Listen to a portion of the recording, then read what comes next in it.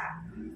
Because pagka po ang structure ay declared as National Historical Landmark, it is mandatory na i-preserve natin yung original structure. Pangalagaan, kung may sira man, i-preserve lang, and kung babaguhin natin, it should be associated with the original structure. Yung itsura niya. Dapat may resemblance siya dun sa original na itsura niya. So yun yung reason kung bakit itong place na to at kung bakit din po ito kasama sa itinerary ng field trip ninyo mga kids, kasi itong bahay na to ay may historical significance sa ating Philippine history.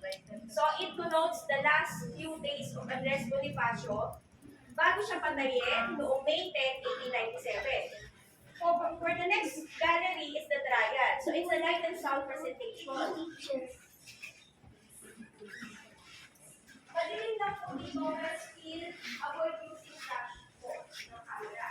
It's a light and sound presentation. Mamaya naman po, yung dialogue, yung mga life-size structure na nandito is may coordination po ng ilaw. So in this written, what are the three accusations against Andres Bonifacio? That hindi niya po inikilala yung gobyerno ni Emilio Aguinaldo and balak niya pong patayin si Emilio Aguinaldo, and nagpapasimula po sila ng kaguluhan sa Limbon Indang. Limbon Indang po, one of the town din dito sa Cavite. So, pakinggan po natin. Ang pipindutin ko po yung pinakamaikli lang. Pinakamaikli lang po ito. So, pakinggan na lang po natin, kids. Huwag na lang tayo masyadong lumapit, ha? Sige, thank you. Introduksyon ng Bala na Esther. Simula ng paglilinis ng Consejo de Guerra sa magkakapit na Andres at Bonifacio sa Maragondon, Cavite, noong ika-4 ng Mayo 1897. Sumbento ang paglilinis sa tatlong mabibigat na akusasyon. Ang kanyang pagpatay kay kailangan, ang kanyang pagpapagsak sa mga katagdag. Nakakuha siya ng babawasan kung kaya siya pagkatapos na magbigay ng testimonya. Hindi niya ako sa hirap sa kanyang nag-aangsa. Ngunit sinabi nila si Hero ay napatay sa lahat. Sa kanyang akin, bakit kasama yung mga kanyang tao?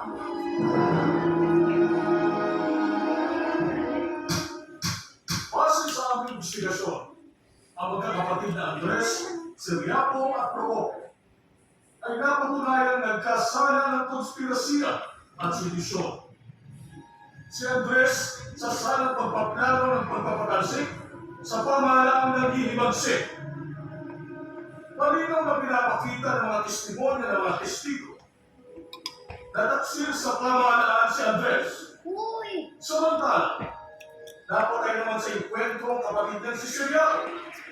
Kasabot naman sa planong pagpapatalsik sa ating pamahalaan ang isa pa niyang kapatid na si Procopio.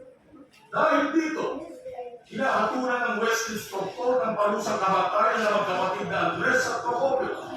Bawat isa sa kanila ay babarilin sa pampublikong lugar ng hanggang 5 beses sa layong 10 talampakan. Depende sa laki at bigat na kanilang kasalanan. Gayunman, isinusulit ko ang desisyong ito sa lupon upang higit pang pag-aralan at pag-isipan.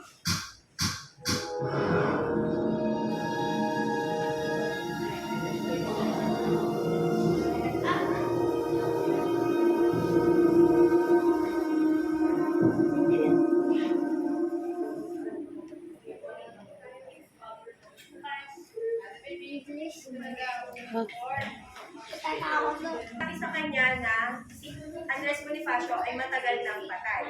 So, ang sa Philippine history, ang sinasabi for Andres Bonifacio is that si Andres Bonifacio, regionally, like in Laguna, in Tarlac, in Cebu, meron tayong mga local heroes na nag-continue ng aim ni Andres Bonifacio para ang Pilipinas ay maging isang ganap na